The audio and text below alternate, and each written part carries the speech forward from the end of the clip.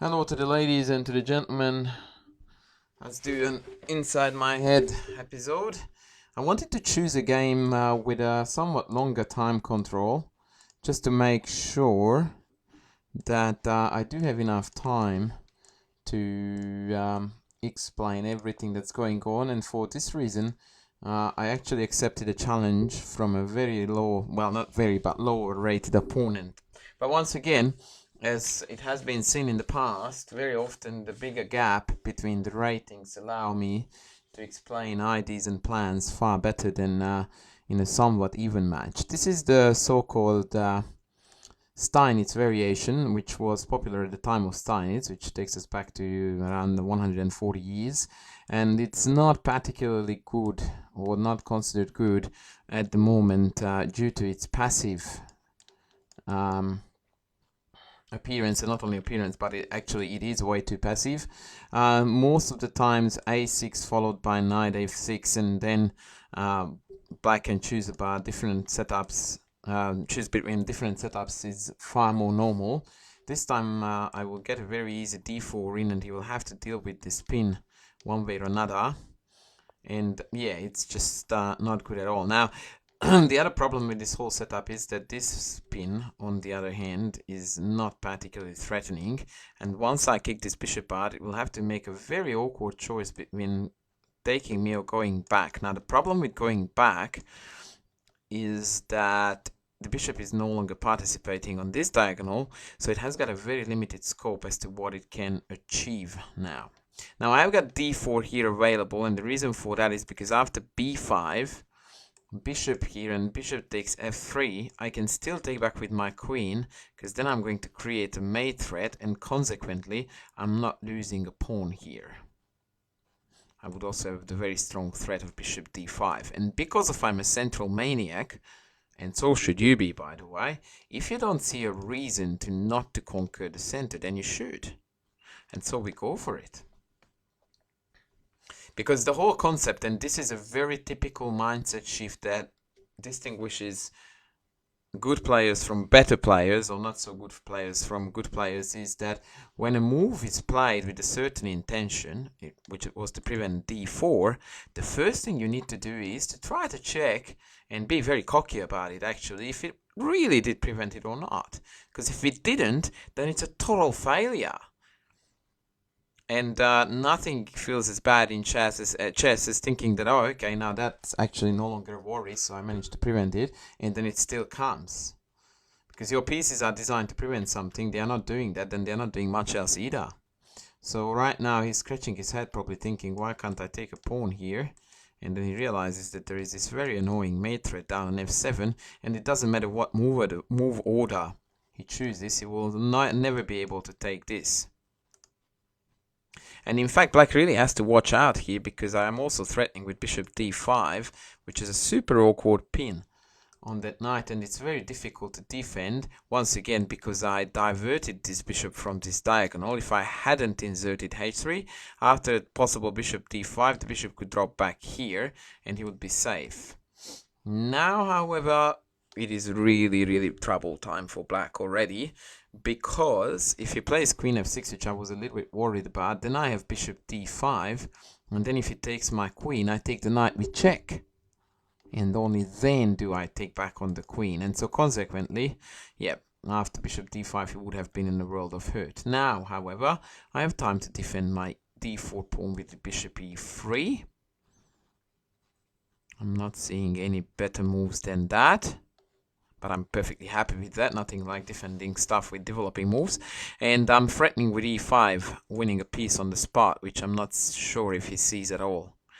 There's a good chance that he's going to play bishop e7, not realizing that unguarded pieces are always subject of tactics. So you can already see that my central-oriented strategy is very easily way superior to everything he's trying to do. I have the two bishops, I'm dominating the center, and as a result, not because of anything else, I do have this threat that happens to win the game for me on the spot. So you will find that there is a very distinct difference between people playing for cheapos and then people having potential cheapos in their position as a result of correct play. I wasn't aiming to go for this, but because of I am playing correct moves, I'm developing my pieces towards the center and so on, I happen to have these tricks as a side effect, so to speak. Now this may look like it's annoying, but we can deal with this rather easily. My only question to myself is, do I have e5 here, or do I just drop the bishop back? I even have the tactics of takes, king takes, and then e5 regaining the piece, but it feels to me like cashing in too early, so I'm just going to drop back. And I don't mind losing a tempo at all, because now the knight is side-tracked, and in fact after knight c4, very often you find in the Spanish it's very typical to drop back the bishop here, which is a horrendously ugly undeveloping move, but the truth of the matter is that then I can kick out the knight, regroup the bishop to an even better square, and just go from there. Now bishop e7 is a tad bit passive, so again I'm looking at e5 and or knight c3.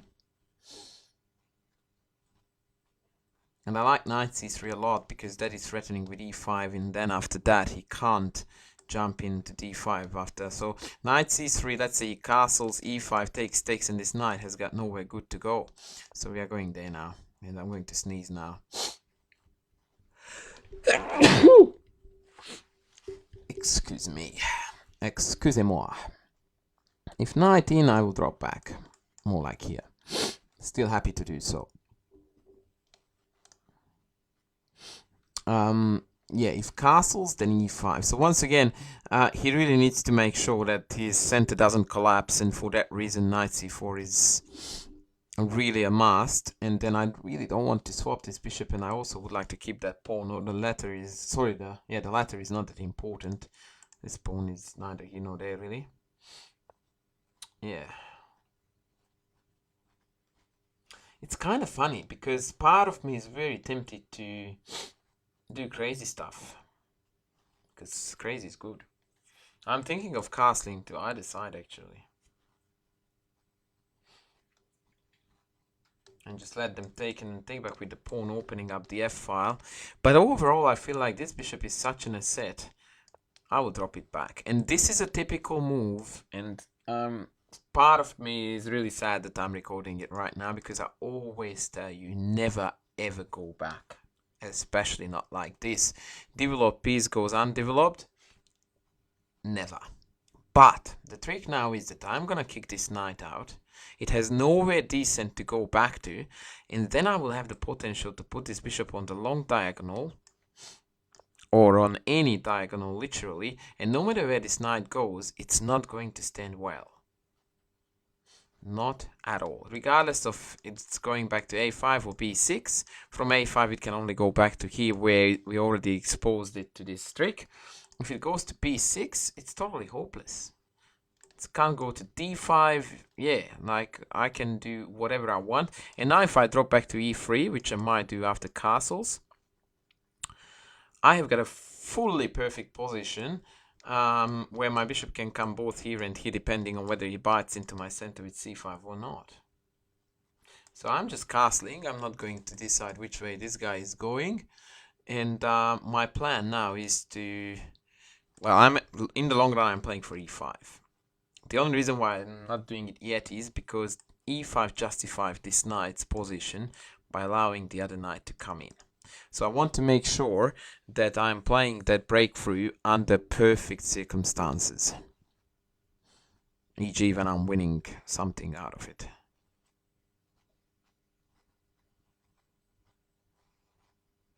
So after e5 d take, oh mate, don't go back, says the man who just did. Okay, this is actually not too bad. His plan is to play bishop f6 and then c5, pressuring me here, and it also prevented the e5 push. So I'm just going to keep on developing. I need this bishop now here, far more so than here, because if I had put it on b2, it would have had less effect in guarding the d4 pawn. And based on this knight move, it's very clear to me that his only plan is now designed against the d4 pawn. He has got no pressure whatsoever on the e4 one, but he can build some up on the d4 pawn. So my next two moves, bishop e3 and rook e d1, are basically designed to neutralize this pressure on that pawn. Yep, as per expected. Actually, it would be interesting to consider capture and then rook d1, but I don't like to release tension like that. My only concern is that after bishop f6, this is an unpleasant pin. e5 takes dc.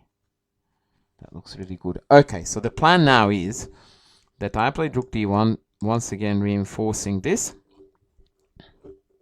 And if bishop f6, I'm going to play e5 and take here. Now, as soon as I played this, I had a very bad feeling about the fact that I've got two unguarded pieces on the c file. So I thought that he might try to exploit it by putting something on the c.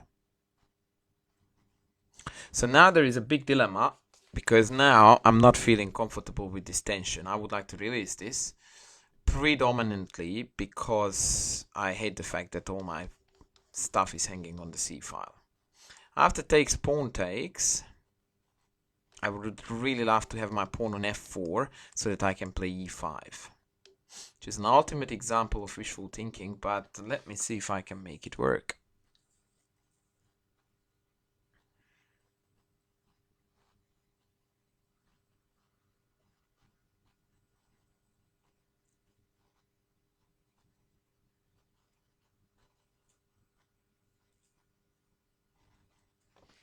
Probably not. So now I'm thinking d5, bishop f6, drop the knight back.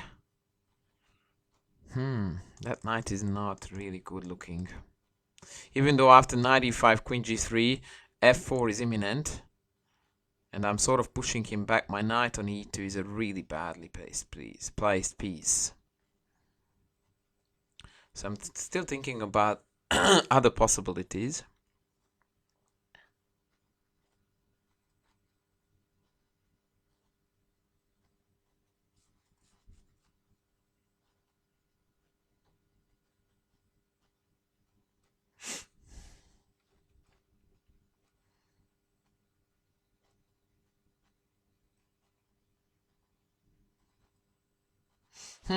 Okay.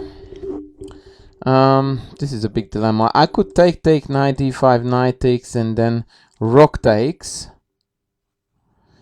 maintaining a slight edge, but I want to complicate matters now, so I'm going to push this in.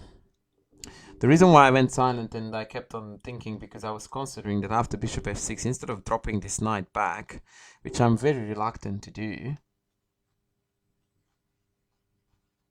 I was thinking about dropping the bishop back again, funnily enough, so that my knight is covered.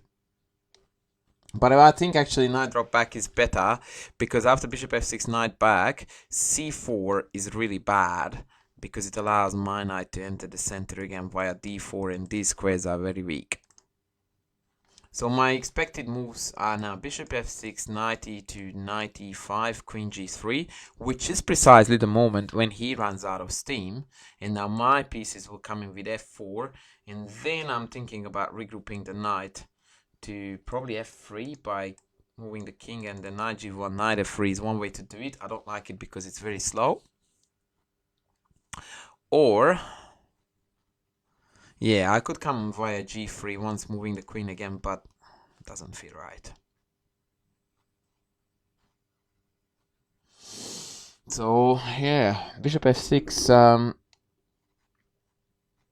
causes a bit of a dilemma in me still.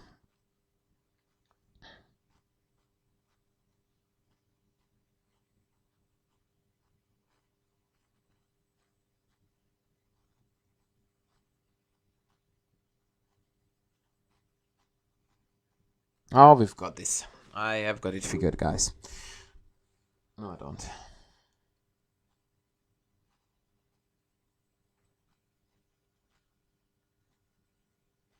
Yes, I do. Okay, so here is what we're going to do. After bishop f6, I will actually drop back.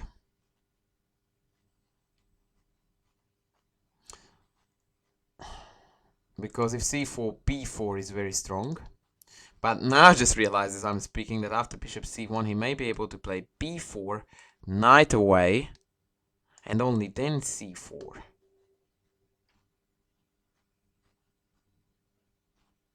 But I'm fine with that too. Okay, let's do that. Let's do that. Because if he does play b4, knight e2, and then c4, I will just go into the center, allowing him to push it in. But then this queenside expansion has been blocked. The knights are very clumsy, and after a couple of quick attacking move, I will be right onto him.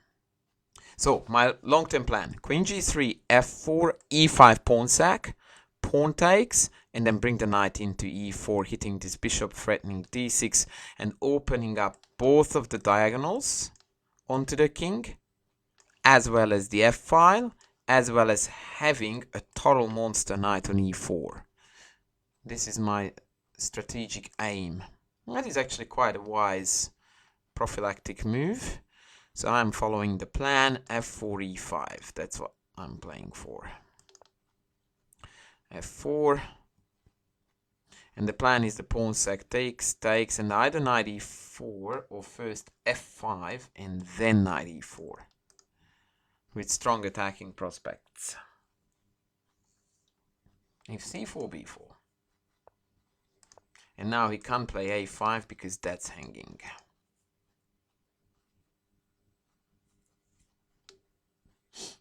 And now this knight is a little bit clumsier than before because I took away another square from him.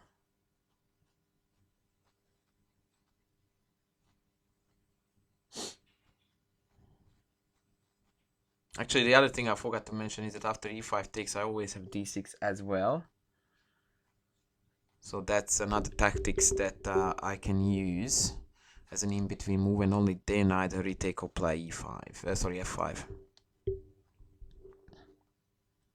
He's actually holding his own quite well, considering that the opening wasn't really a huge success for him. And consequently, I'm thinking that I may have slightly misplayed that at one point. But yeah, he's heavily into thinking now. Good time for me. By the way, another sound positional plan may be for me to come back and then back to d4. Okay, so now e5 takes knight h5. Is a tad bit annoying. e5 takes d6 takes f4. Takes c7 takes here. Yeah, I don't have enough tactics there. e5 takes f5.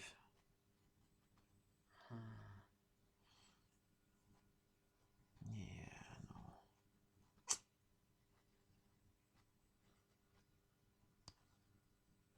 I could come here. But that would remove a defender on the d5 pawn, so then e5 is harder to execute. So one more time, e5 takes knight h5. Yeah, can't do that yet. Could go this. This knight h5 tempo is a major pain in the neck. I would love to eliminate that possibility.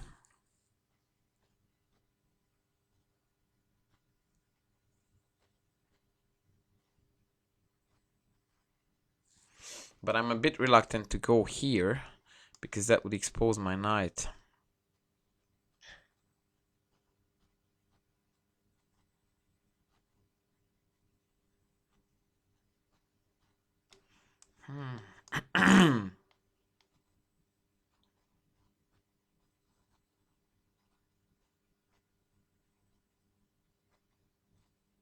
On the other hand, I'm tempted to go here because I want to play e5 followed by f5 and then bishop g5 and then be an aggro dude.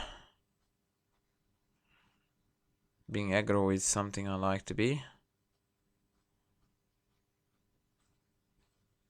Let's have some fun. Let's provoke him a bit. So I want to play e5 takes f5.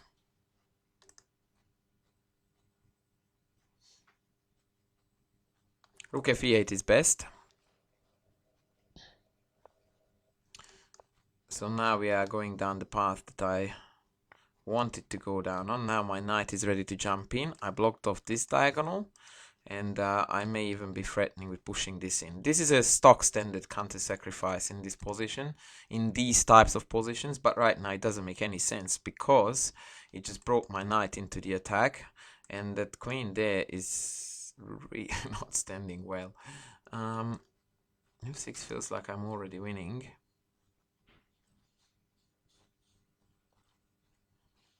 Forcing the bishop back.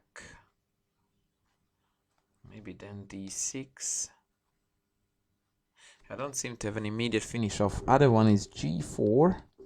Knight f6. Bishop f4. Queen b2.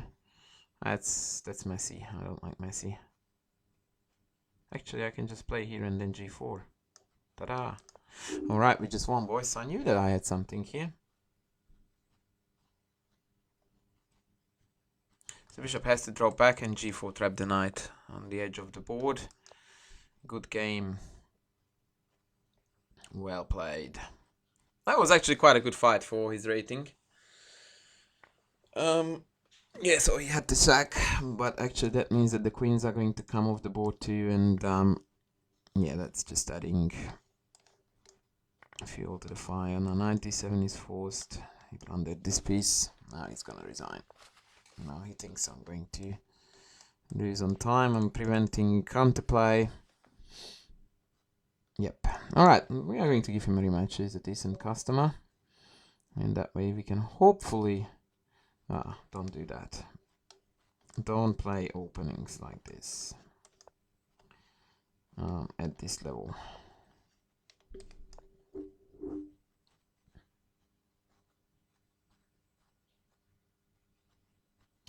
Because it neglects the center and it's always the same boring rubbish. Now in this position, very interestingly, bishop d6 is theory, which seems very counterintuitive because it blocks in this pawn. The idea is that I want to kick this bishop out, forcing them to take, and after I retook, all of a sudden my bishop is free to fly. And then someone came up with this brilliant idea for white to put the knight on a3 so that it can jump into c4, hassling this and this at the same time.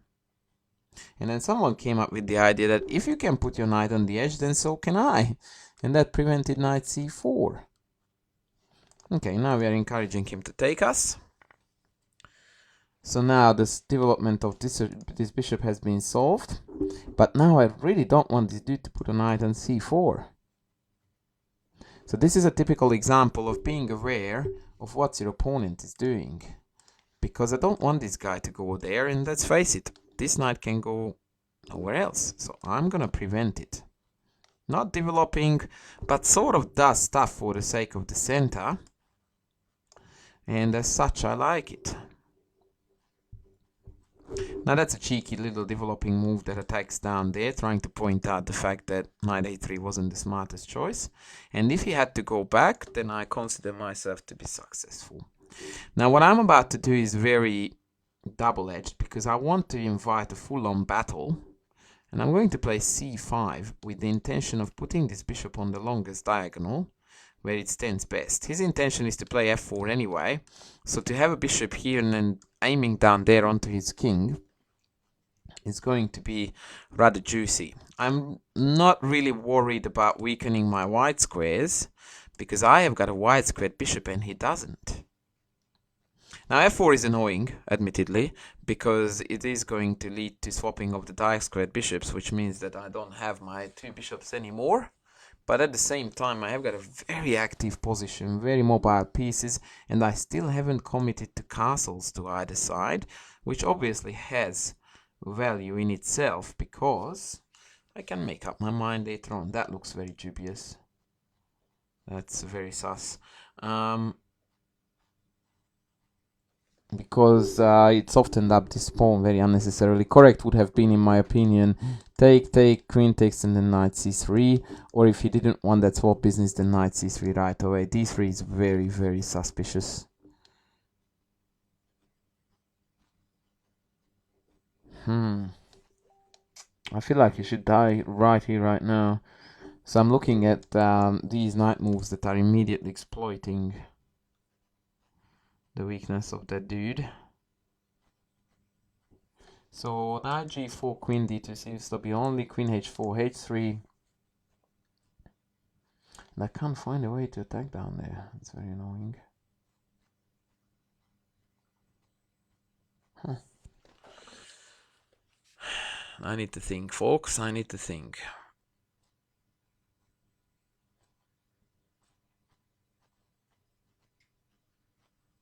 Okay, I may have found something. Knight g4, queen d2 takes, pawn takes, knight e3. Rook f2, only to cover g2. They still don't have a win. Wow.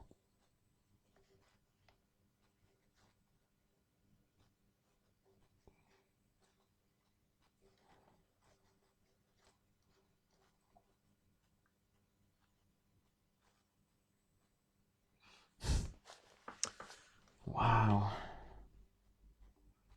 It really, really does feel like I should have a winning edge here. Actually, I will be very cheeky. If he plays knight d2, then after knight g4 he has got no means of guarding this.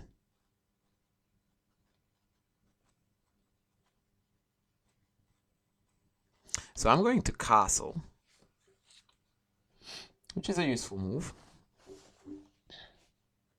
and wait for him what he wants to do. And this is by no means a waiting move, because even when I hear the sound of that, I just go like, dudes, we are in the right middle of a fighting game. There is no time for waiting moves. But I wanted to play a useful move that has given him the option to play the most obvious move, which happened to be bad. Now after e4, I'm looking at this file and I'm trying to exploit tactics. So I'm looking at two things. c4 seems to be ridiculously tough, because then I can come this way with the bishop, or I can just take, knight takes, take on e4, pawn takes back, bishop takes on f4, and he can't retake because he's hanging down there. So let's go with this. Knight takes here, knight takes here. Tactics are your best friends.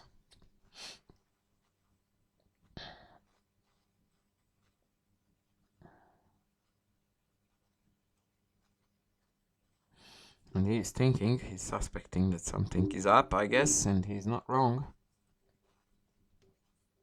So once again, knight here. Whoa! Okay, slight worries. After knight takes knight takes on e4, he has got this check moving out of the diagonal, and when I come here, then he takes me. That hurts. Shivers, I nearly fell for it. That would have been bad. So maybe I just should take like this, but I'm very reluctant to give up this bishop. Bishop takes f4, queen somewhere, bishop comes back to e5, beautiful blockade. So I can use the same trick, but I can't take like this. I have to take with the bishop, so that this check is still under control.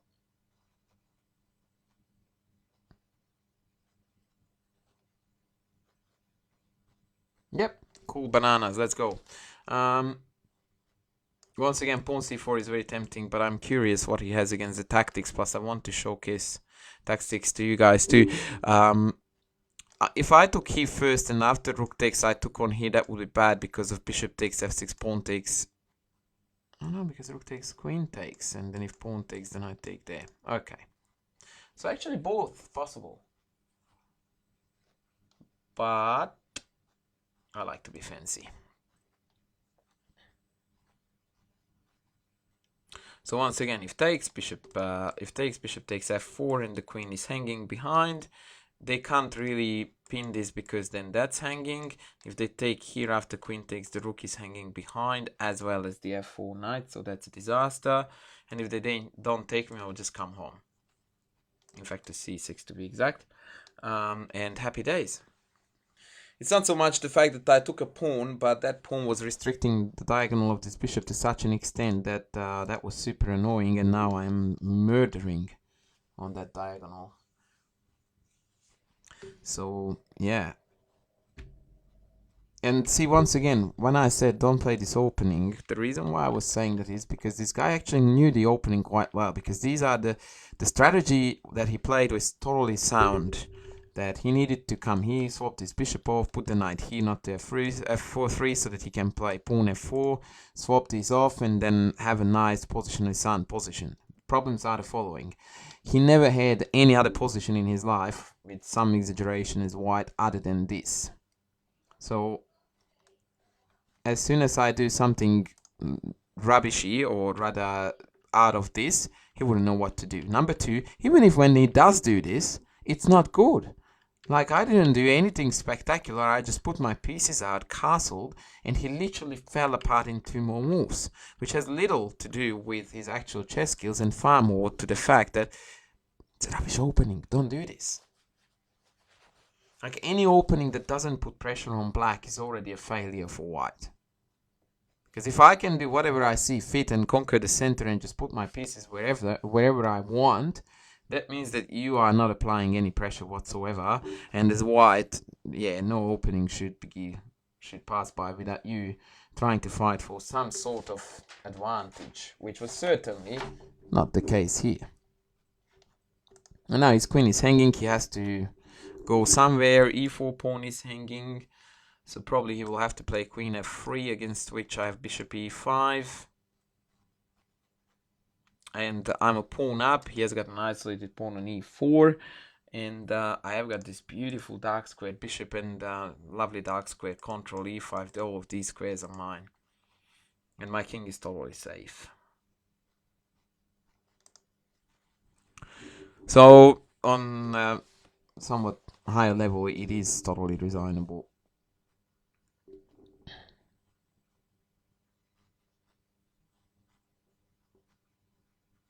Oh, except for one line that I forgot to tell you about, but luckily it doesn't work. If bishop takes f6, I can't take back with the queen because bishop check again. Sorry, queen check wins the bishop. But after bishop f6, I have got check, king h1, and then rook takes rook. And if it takes my queen, I take this rook with mate.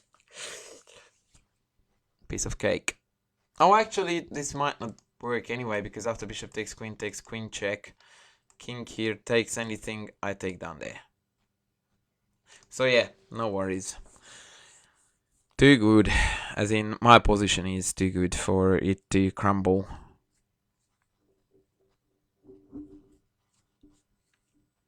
I still expect queen f3, simply because I can't see anything better.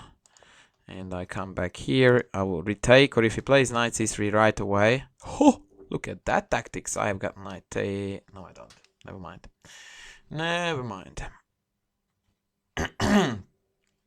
Actually, on knight c3, I could win another pawn with b4, knight a4, bishop takes, knight takes, and then queen takes e4. But I think it's more practical to... Shivers! I nearly blundered a piece. It would have been more practical to just... So after knight c3, just to penetrate on d2. I totally forgot to mention this dude here. And the fact that I sort of didn't quite see it, but yeah. As I said it many times before in my videos, when you play sound chess where everything feels like you're putting the right dudes at the right squares, it's just not meant to fall apart. It is just not meant to fall apart, and it's not. After bishop takes, queen takes, his rook is hanging, queen takes, knight takes, and the knight defends back on f7. Now, people tend to call it, especially on lower levels, like, oh, you were so lucky. Not really, mate. When I put my pieces on good squares, they tend to do their jobs. Even if I don't see every single thing on the board, you tend to get away with a lot more when your position is sound and well built, opposed to let's chuck everything all over the shop and then try to outshine our opponent in some sort of tactical scramble because I'm a better tactician than them. Which is a very good example of what happened in my previous video in The Amateur's Mind, when the dude just played out an opening that was total nonsense, but then he quite soundly outplayed black in the upcoming endgame because, middle game, because he was quite a good attacking player.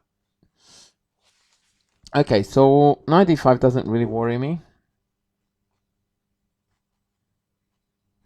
And neither does queen takes f7, but I need to think about what exactly I want to do with this position now.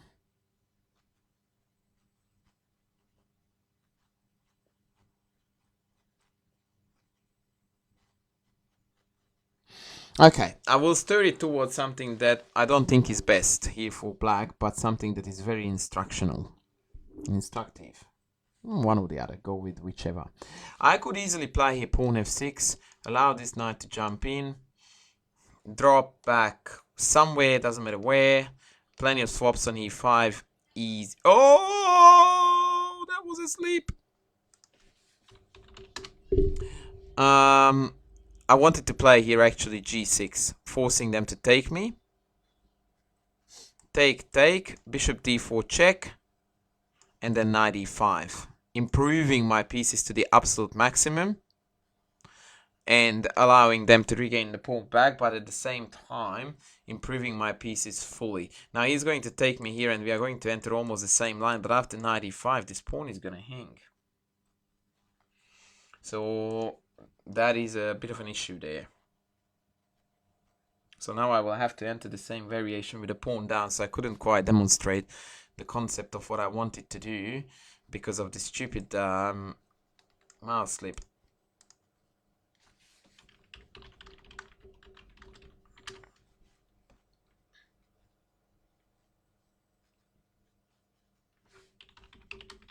I will ask him to allow me to take it back.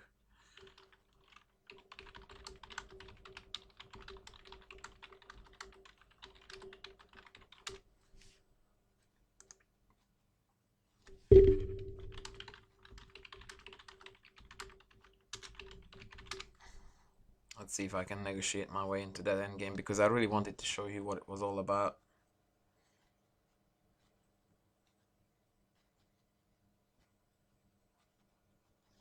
Okay. He agreed. Gentlemen. Thank you. One more. Thank you. So, I will give him a ton of time and he can go from there. So now I'm expecting him...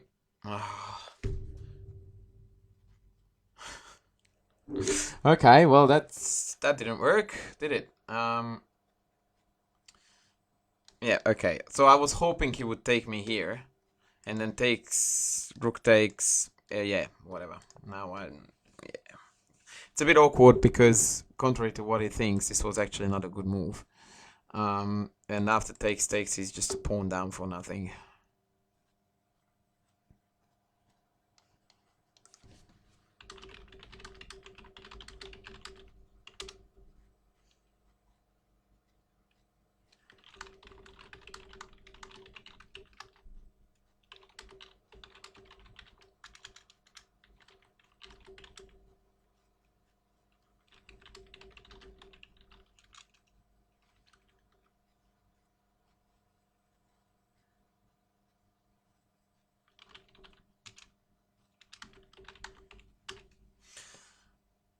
Okay, so he doesn't want to do that, which is quite funky because he doesn't have any other legal move than taking my queen, which is what I'm going to take back with my pawn. He's going to give me a check. I will come here. He will take my bishop. I will take it back. I'm a pawn up. His knight is trapped.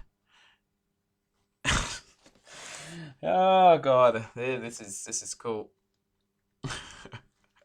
This is not really turning out the way I wanted it to be, and it's nowhere near as educational as I wanted it to be, but hey, whatever. Sometimes things don't go our way. So what I wanted to do here was to play g6, which I did do, and then I wanted him to take. And the idea that I wanted to demonstrate was to take, give a check, king away, and knight e5. And all of a sudden, my central pieces dominate the board at the cost of a silly pawn that I couldn't have used anyway right away.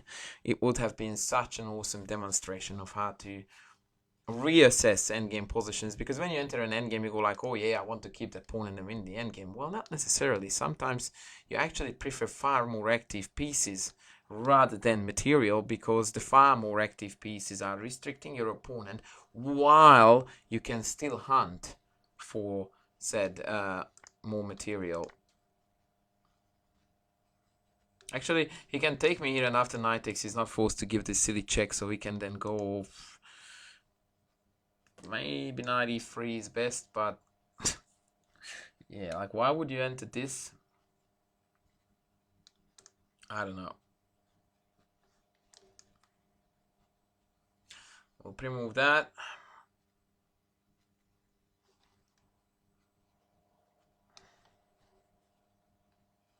Oh, my lesson is starting soon. Dang it. Come on, dude. Take my bishop. Knight takes back. Knight e3. Rook f8. I want to swap everything off because I'm pawn ahead.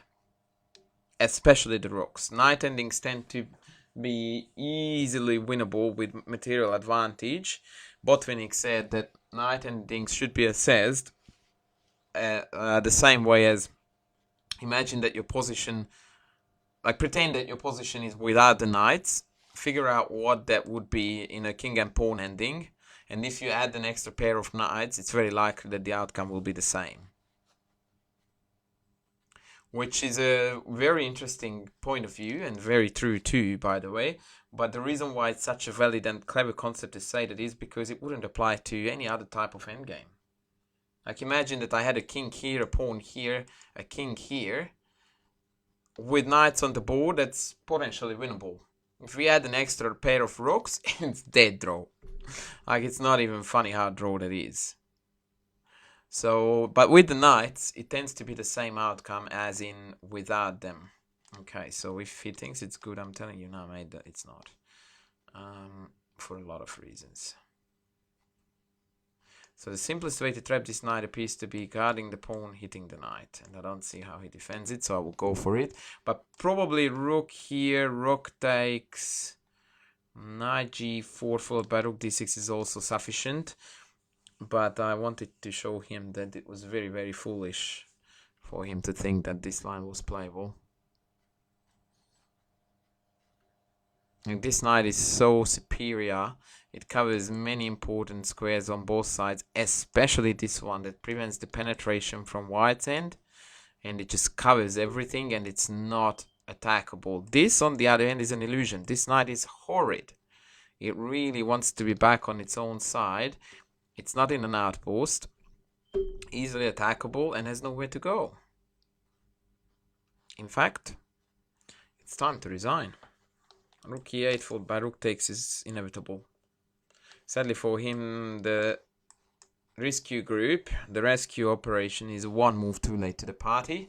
So after the rook f1 doubling up, I just play rook here, and if it doubles, I take the knight. Otherwise, he could save it, but sadly for him, it's not happening.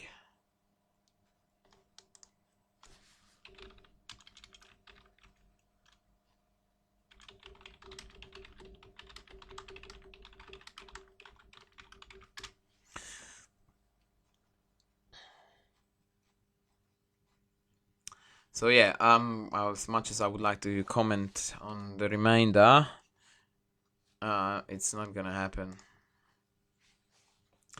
Because, yeah, it's game now.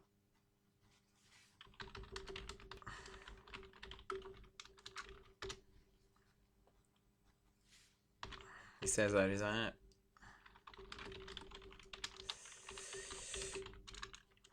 He's proposing another game. But I can't do that.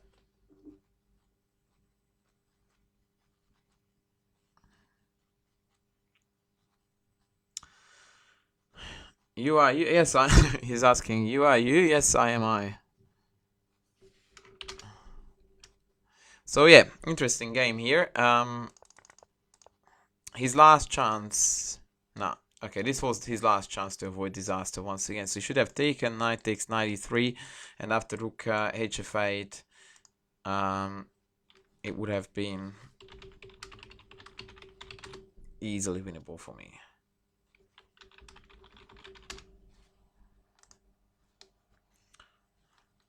I mean, when I say easily, I would have probably converted against him easily. Against some other players, it would have been a little bit more challenging. But the thing is that the plan is crystal clear.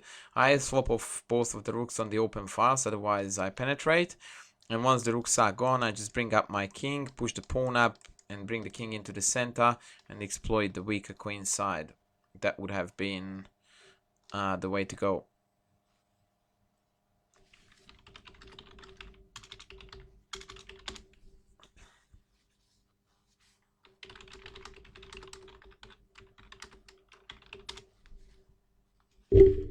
Yeah, it's actually a gentle reminder to me that I don't have a URL yet that is unique to my channel, so I probably need to change that now. I don't know, it used to be 500 subscribers. Oh, speaking of subscribers, love you all. We are beyond the 1000 subscribers.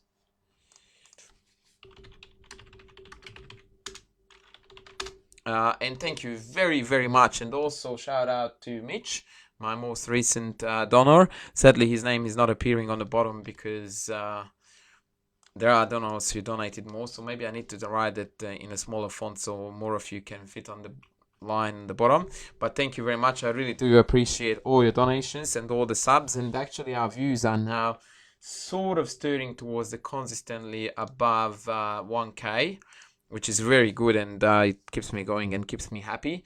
So keep the good work up.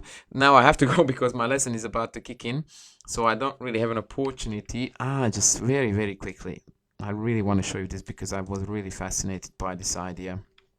So, wait. Okay, so what I wanted to do was that he would take me here, I would take back, he would take me check. Now king here is very risky because after knight e5 and rook f8, this king is actually in trouble. Like for example, king e... no, actually the correct move order is... no, never mind me, sorry, I'm being silly. Knight e5, rook wherevs. Actually this loses to knight g4 neither, but I want to show you the point. Take, here, and rook f2, and the game is over. And this is exactly what this pawn sack was about. Activity of pieces versus material gains. Any day of the week, I pick the active pieces over a silly pawn. And in fact, as you can see, precisely the fact that he took this pawn and cleared the f-file won the game for me, because then I penetrated back on it. And alternatively, after queen takes, rook takes, bishop check, rook king here, rook e5, rook back, then knight g4 is very nasty, threatening check here, threatening knight e3, hitting here and here, and this pin is very, very annoying too. And I could also have played here rook f8, which probably is even stronger, because on knight g4 he may have this, maybe not, because after takes, and rook d2, this is looking horrid for white too. But even more thematic in my opinion is rook f8, which physically prevents knight d1, and now I'm again ready to play knight g4, or just keep on building the position up. Beautiful. Look at again the harmony among my pieces, whereas it's the white that is pinned, the rooks are not really working together, constant back rank issues, and so on and so on. So yeah, I'm sorry guys though, but now I have to go because the lesson is about to kick in.